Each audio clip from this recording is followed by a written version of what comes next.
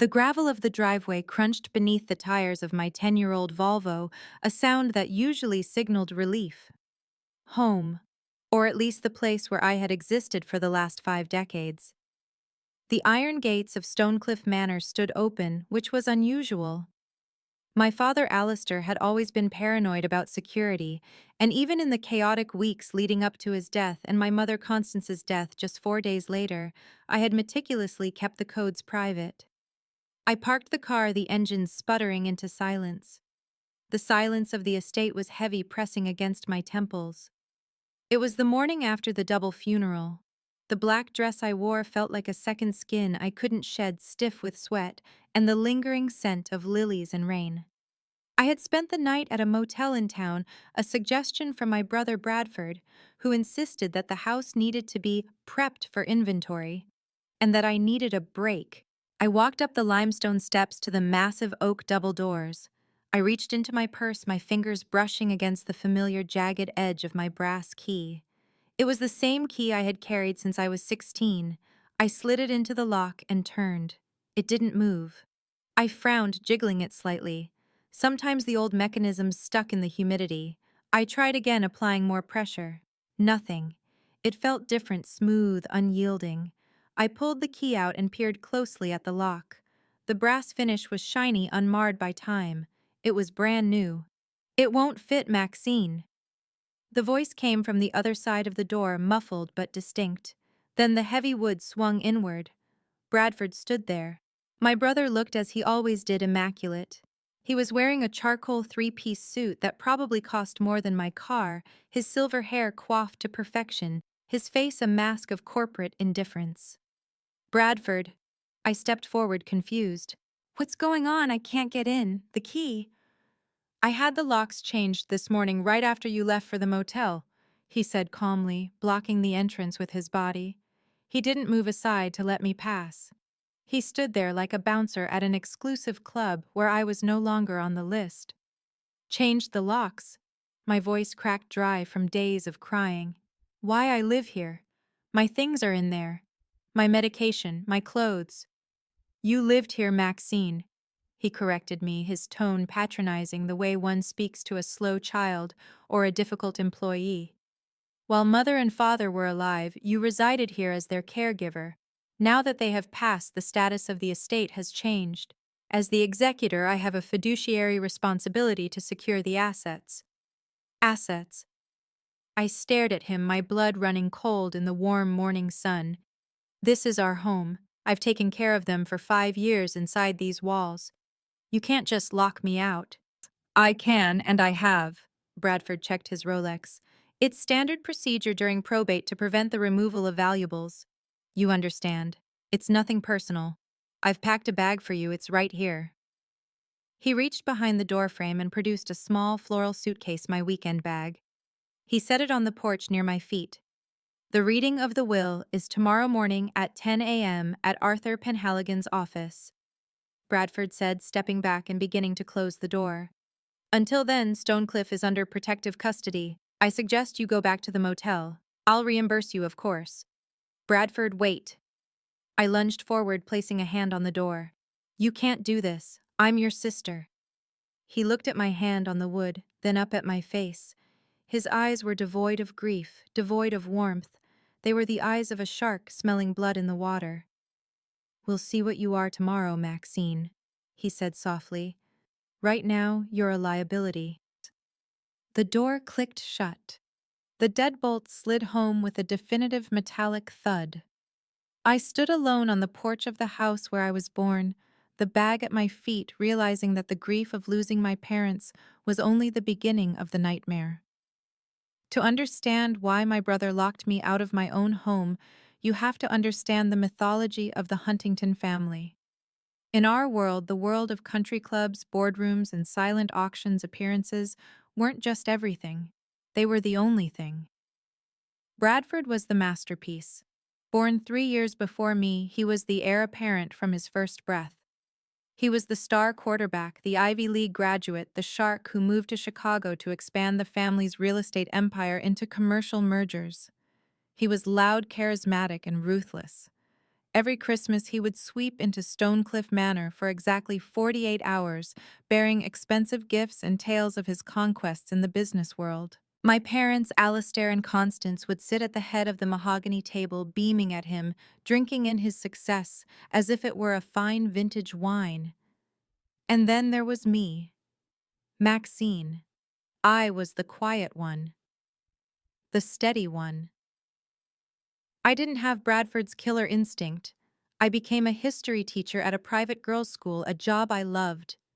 I had a small apartment in the city, a book club, a life that was modest, but mine. But 5 years ago, that life ended. It started with father's first stroke. Then came mother's diagnosis, early onset dementia, coupled with congestive heart failure. They needed full-time care. Bradford was too critical to the business to leave Chicago. So the duty fell to me. It wasn't asked, it was expected. Maxine is so good with them, Mother would tell her friends over tea back when she could still remember their names. She's so available. I gave up my apartment. I resigned from my teaching position. I moved back into my childhood bedroom at Stonecliff. For 5 years, I became the invisible machinery that kept the Huntington dignity intact. While Bradford was closing deals in skyscrapers, I was managing catheters and insulin shots. While he was being photographed for Forbes, I was wiping vomit off the Persian rugs at 3 a.m. The injustice wasn't just in the labor, it was in the narrative. Whenever family friends visited, my parents would spend the entire time bragging about Bradford's latest acquisition. Bradford is expanding into the Asian markets, Father would wheeze from his wheelchair, his eyes bright with pride. He's a visionary, just like I was. I would be standing right there refilling their water glasses, adjusting their pillows, and they would look right through me. To them, I wasn't the daughter who sacrificed her future. I was the safety net. I was the one who didn't have anything better to do. I remember a phone call about 2 years in. I was exhausted, sitting on the kitchen floor crying because Father had thrown a bowl of soup at me in a fit of confusion. Bradford called. "How are they?" he asked, not waiting for an answer. "Listen, Maxine, I need you to make sure the landscaping is perfect next week. I'm bringing a potential investor by for a drink. Don't let Father drool on him." "I'm tired, Bradford," I had whispered. "I need help. We need to hire night nurses." "Nurses are expensive," he snapped. "You're there. What else are you doing?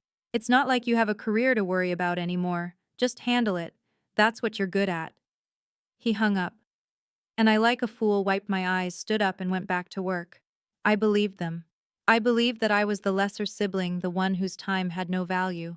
I believed that my inheritance would be nothing more than a thank you note, while Bradford took the crown. But standing on that porch, staring at the locked door, something broke inside me. The sadness began to curdle into something hotter, sharper. I wasn't just the invisible daughter anymore. I was the woman who knew every secret, every weakness, and every truth about Alistair and Constance Huntington. And Bradford was about to find out that he, the help, sees everything. The last 3 years at Stonecliff were a slow, agonizing descent. It wasn't the romanticized tragedy you see in movies where the dying parent shares profound wisdom in a sunlit room. It was a war of attrition. Father's mind went first, even before his body gave out. He became paranoid, convinced that his business partners were stealing from him. He would pace the hallways at night, shouting at ghosts. I installed motion sensors so I could wake up and guide him back to bed before he fell down the grand staircase. Bradford, during his rare video calls, would roll his eyes. "Just sedate him, Maxine," Bradford would say through the iPad screen, sipping a scotch in his penthouse. "He's embarrassing himself." "He's frightened, Bradford," I would argue, adjusting the angle of the screen so he wouldn't see the bruises on my arms where Father had grabbed me. "He needs reassurance, not drugs."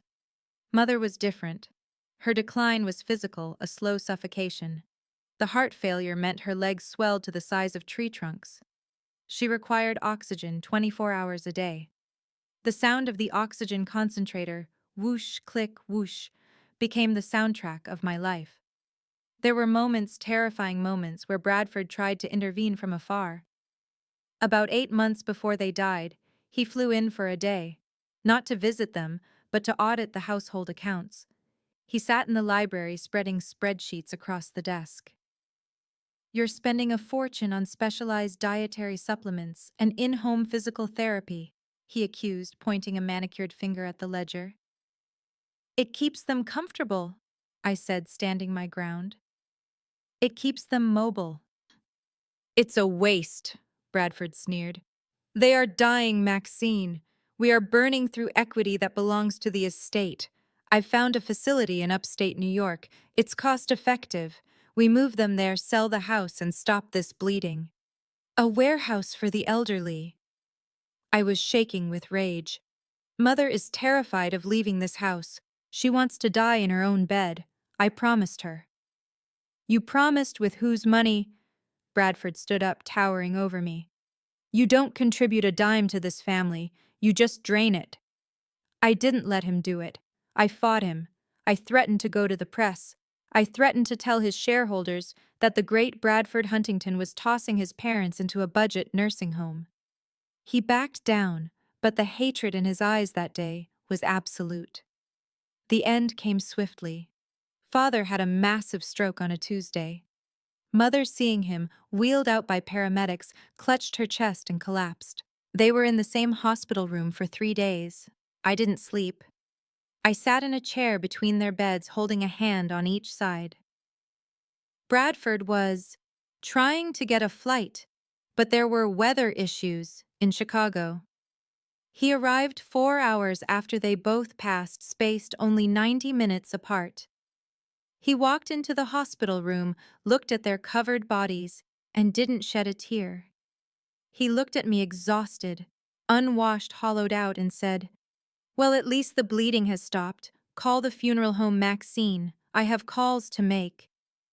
He never asked if they suffered. He never asked if they had any last words. He just took out his phone and walked into the hallway to check the stock market. That was the reality of the long goodbye. I had absorbed all their pain, all their fear, and all their bodily fluids. I had been the vessel for their decline, and in doing so, I thought I had lost everything. But as I sat in that cheap motel room the night before the will reading, staring at the ceiling, I realized I had gained something Bradford lacked. I knew exactly who our parents were in the end, and I knew they weren't the people Bradford thought they were. The offices of Penhaligon, Tate, and Moore were located in a brownstone in the oldest part of the city, a building that smelled of lemon polish and old leather. Arthur Penhaligon had been my father's attorney for 40 years. He was a man of few words with bushy white eyebrows, and a demeanor that suggested he had seen every variety of human greed and found it boring. I arrived at 9:45 a.m. The receptionist, a kind woman named Betty, who had known me since I was a child, gave me a sympathetic squeeze of the hand before buzzing me into the main conference room. Bradford was already there. Of course he was. He had commandeered the head of the long oak table. He wasn't alone. Flanking him were two younger men in sharp blue suits typing furiously on laptops. His personal legal team. They were already carving up the carcass. Maxine. Bradford didn't stand up. He gestured to a chair at the far end of the table, the furthest possible point from him. "You look rested." It was a lie. I looked like a wreck. I was wearing the same black dress, now dry cleaned, but feeling heavy. "Bradford?" I nodded, taking my seat. I placed my purse on the table. My hands were trembling, so I clasped them together in my lap. "Before Arthur gets here," Bradford said, leaning forward, "I wanted to present you with an option. A kindness, really." One of his lawyers slid a thick document down the table toward me. "What is this?" I asked, not touching it. "A settlement agreement," Bradford said smoothly. "We all know Father's will from 2018. It's quite standard. The bulk of the estate, the business, the properties, the portfolio goes to the one capable of managing it. Me.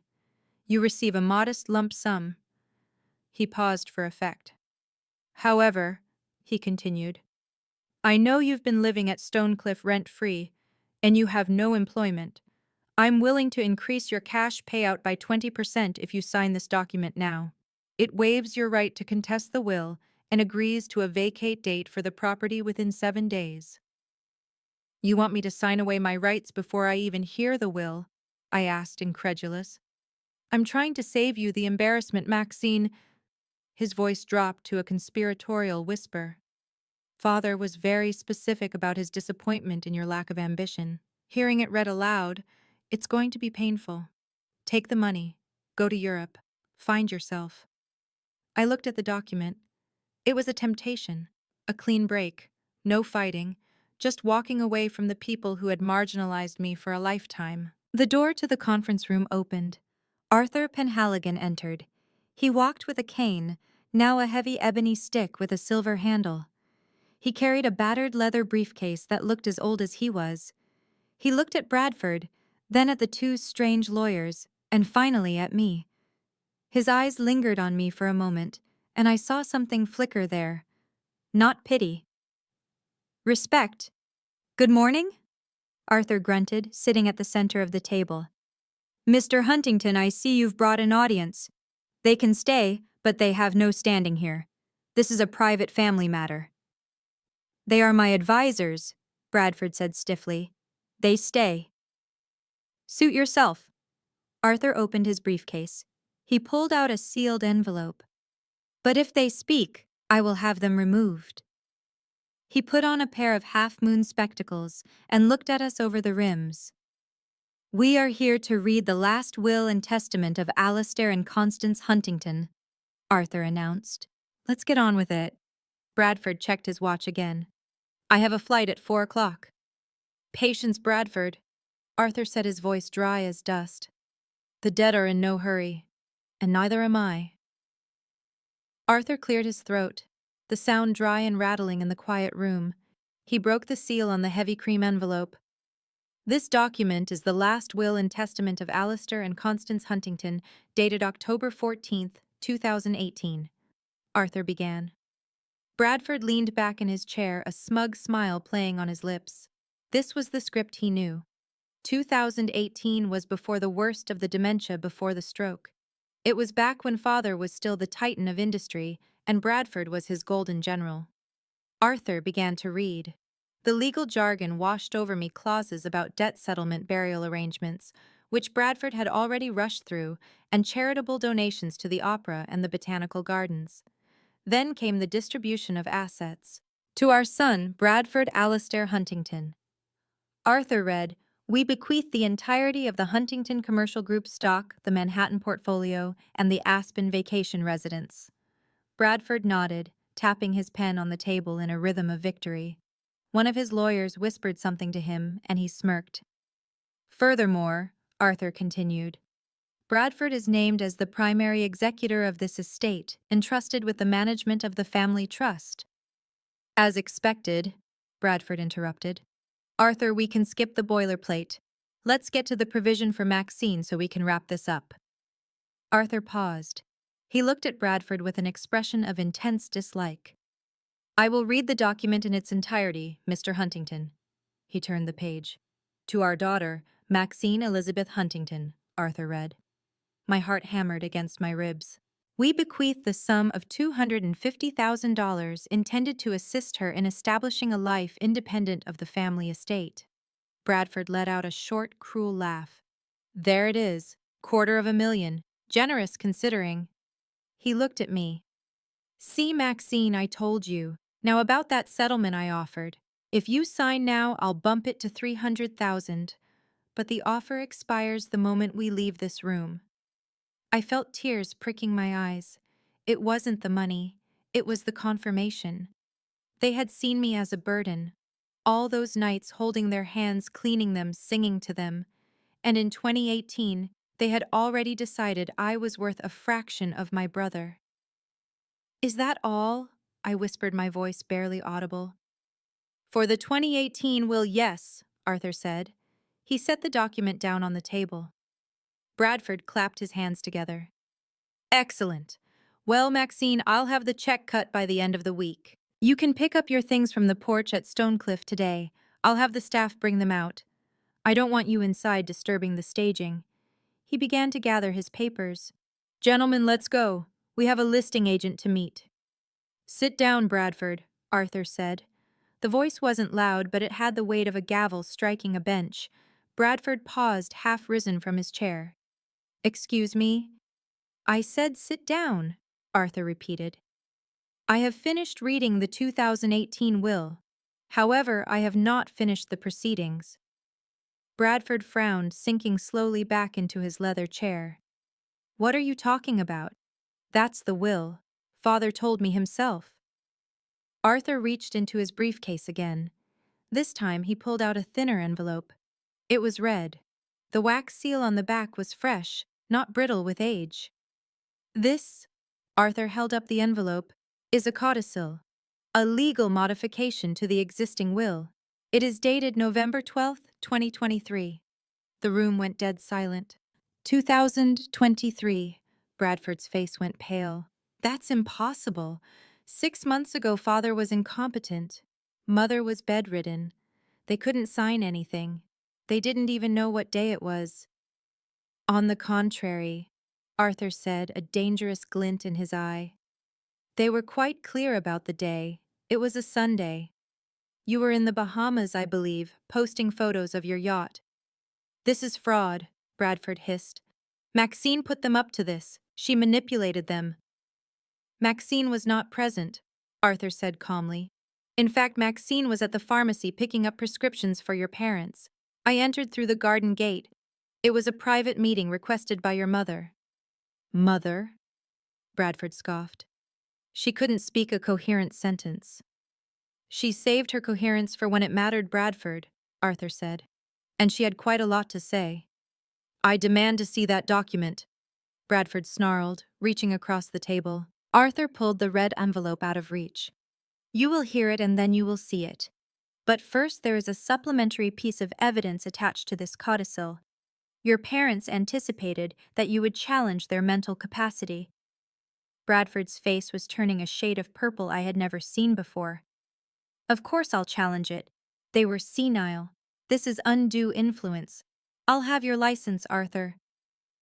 Be quiet, I said. It was the first time I had spoken with force. Bradford looked at me shocked. Let him finish, I said, staring at my brother. If they signed something 6 months ago, I want to know why. Arthur nodded at me. He reached into his briefcase one last time and pulled out a tablet. He set it on the table, propping it up so the screen faced all of us.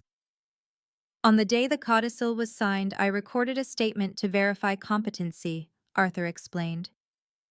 I asked Dr. Evans, their geriatric specialist, to be present as a witness. He certified they were lucid. Arthur pressed play. The screen flickered to life. The image was grainy, shot in the dim light of the master bedroom at Stonecliff. My parents were sitting up in their hospital beds, which had been pushed together. Father looked frail, his skin like parchment paper, but his eyes, usually cloudy, were sharp. Mother was wearing her favorite silk scarf around her head to hide her thinning hair. She looked tired but regal. State your names for the record. Arthur's voice came from behind the camera. Alistair James Huntington, Father rasped. Constance Marie Huntington, Mother said. Her voice was weak, breathless, but steady. Do you understand what you are doing today? Arthur asked. We are rewriting the end of the story, Mother said. She looked directly into the camera lens. It felt like she was looking right at me. Bradford, Mother said. On the screen, she paused. In the conference room, Bradford stiffened. I know you will be watching this, Mother continued on the video. And I know the first thing you will say. You will say we are crazy. You will say we are broken. You will say Maxine tricked us. She took a breath from her oxygen tube. Maxine doesn't know we are doing this, Father added. She is too good. She would tell us not to upset you. She would tell us to keep the peace. But there is no peace in a house built on lies. We have been sick, Bradford say, Mother said. But we are not blind. For 5 years we have watched. We watched you visit for 4 days in 5 years. We counted. Bradford flinched. We watched you send your assistant to buy our Christmas gifts, Father said. The card last year was signed by a machine. And we heard you, Mother said, her voice trembling with anger. We heard you on the speakerphone when you thought we were asleep. We heard you tell Maxine to put us in the Shady Pines facility. We heard you call us a drain on resources. That's taken out of context. Bradford stammered in the conference room, sweat beading on his forehead. You wanted to declare us incompetent, Father said on the screen. You tried to file the papers last year. Arthur told us you wanted control before we were even dead. So, Mother said, lifting her chin, we are exercising the only control we have left. We are correcting a mistake we made in 2018. We thought we were raising a king in you, Bradford, but we raised a vulture. The video ended with the screen going black. The silence in the conference room was deafening. The only sound was the hum of the air conditioning and Bradford's ragged breathing. He looked like he had been slapped. Now, Arthur said, picking up the red document. Shall I read the terms? Bradford didn't answer. He was staring at the blank screen of the tablet, his mouth slightly open. His lawyers were exchanging nervous glances. They knew a losing battle when they saw one. Arthur adjusted his glasses. The codicil of 2023 revokes all prior distribution clauses regarding the estate's primary assets. He began to read. To our son Bradford. Arthur's voice was devoid of emotion. We leave the sum of $42,000. What? Bradford whispered. That's a joke. $42,000, Arthur repeated, which according to the brochure you sent Maxine, is the exact cost of 1 year at the Shady Pines nursing facility. We hope this sum provides you with the same comfort you intended for us. I gasped. A sound escaped my throat, half laugh, half sob. It was so petty, so precise. It was exactly something Mother would do. Furthermore, Arthur read on, Bradford is removed as executor. He is removed from the board of directors of Huntington Commercial Group, effective immediately via the majority shareholder voting rights possessed by the estate. They can't do that. Bradford slammed his fist on the table. I built that company. I ran it for 10 years. You ran it, Arthur corrected, but they owned 51% of the voting stock, and they have transferred that stock. Arthur turned to me, to our daughter Maxine.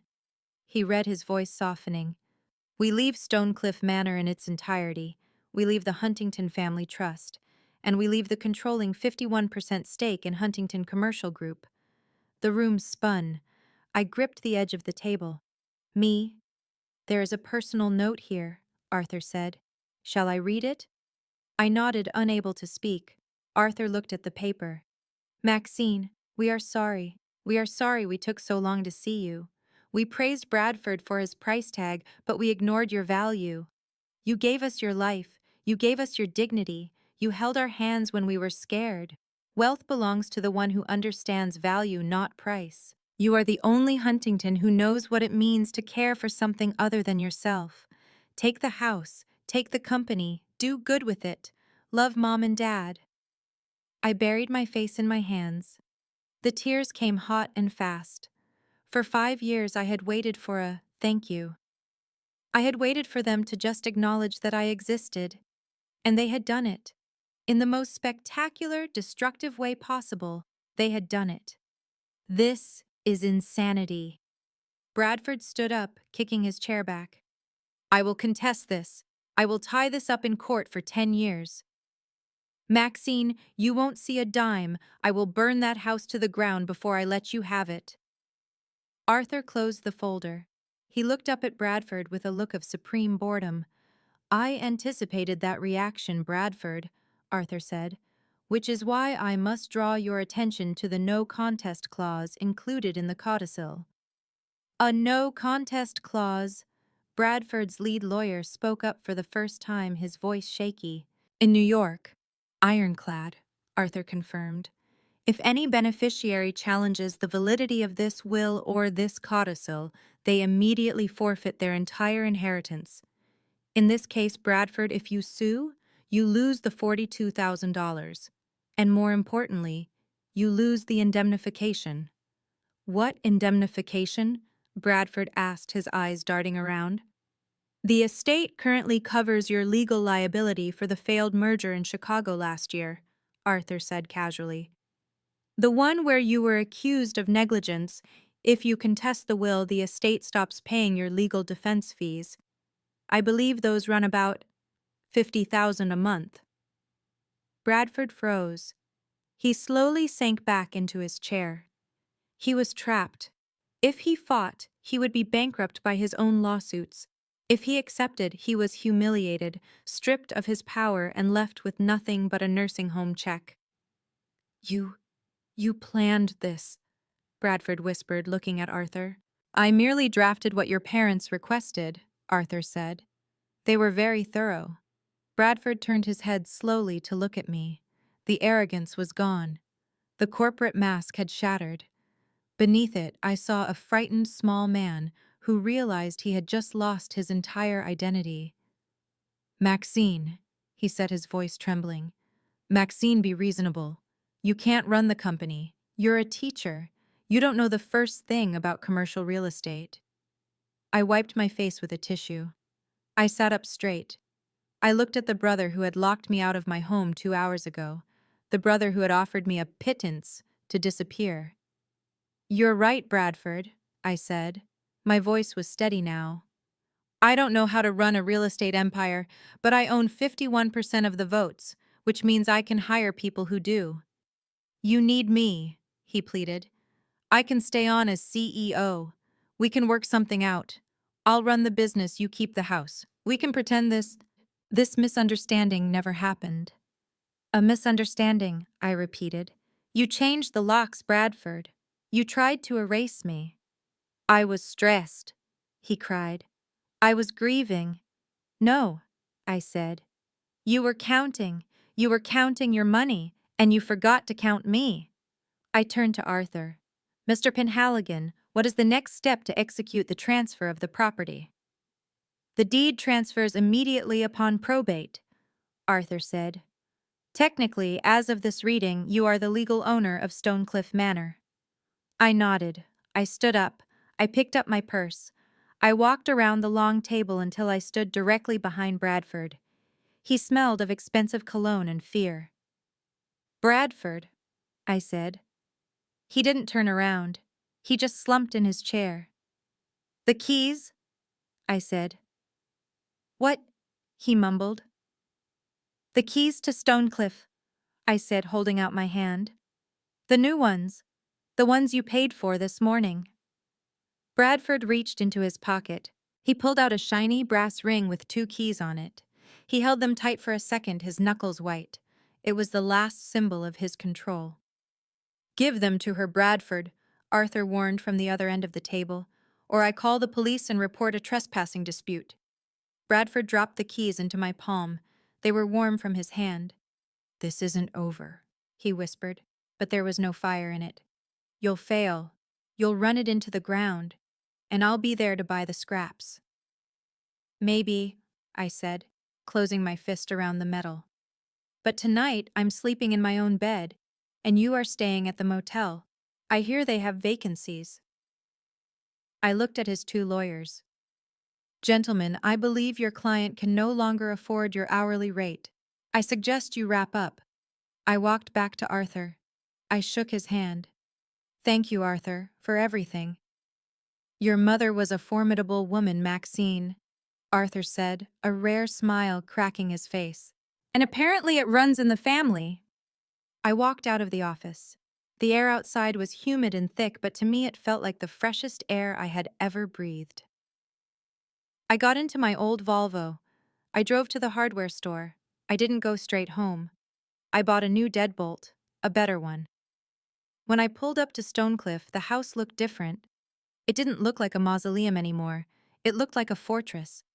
And for the first time in my life, I was the captain of the keep. I walked up the steps. I used Bradford's key to open the door. I stepped into the foyer. It was silent. My bag was still sitting there where he had left it. I picked it up. I walked into the living room. I sat down on the sofa where Mother used to sit. I looked at the portrait of Father above the fireplace. "Thank you," I whispered to the empty room. And then I called a locksmith. Not to lock Bradford out, but to ensure that the only people who entered this house from now on were people invited with love, not entitlement. It has been 6 months since the reading of the will. I didn't sell Stonecliff. Everyone thought I would. The taxes alone are staggering. But I found a way. I sold the Aspen house Bradford hated, that knowing his favorite ski lodge was gone. I used the money to set up an endowment for the estate. I didn't fire Bradford immediately. I let the board of directors do it. It turns out, without the family protection, his aggressive management style was actually just a liability. They voted him out a month later. I hear he's working for a competitor now in a much smaller role. We don't speak. As for the company, I hired a brilliant woman named Sarah to run it. She listens to me. We are shifting the focus from commercial takeovers to sustainable housing. It's what Mother would have wanted. But the biggest change is the house itself. Stonecliff isn't just my home anymore.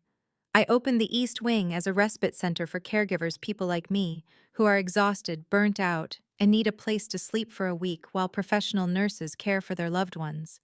It's small, just 5 rooms, but it's always full. I sit on the porch this morning drinking my coffee. The sun is coming up over the garden. The lock on the front door is mine. The deed in the safe is mine. But the peace in my heart, that's the real inheritance. I realized something during those dark years, and it was confirmed in that lawyer's office. Family isn't about whose blood runs in your veins. It's about who bleeds for you.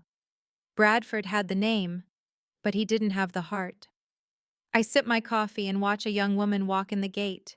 She looks tired. She looks like I did 6 months ago. I put down my cup and walk down the steps to welcome her. "Welcome to Stonecliff," I say, opening the door wide. "Come in. You're safe here."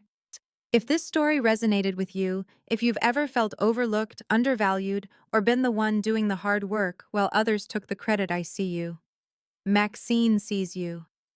Inheritance isn't always about money. Sometimes it's about reclaiming your own worth. What would you have done in Maxine's shoes? Would you have forgiven Bradford, or was the nursing home check the perfect revenge? Let me know in the comments below. And if you enjoyed this story, please like and subscribe for more tales of justice and family secrets. Thank you for reading.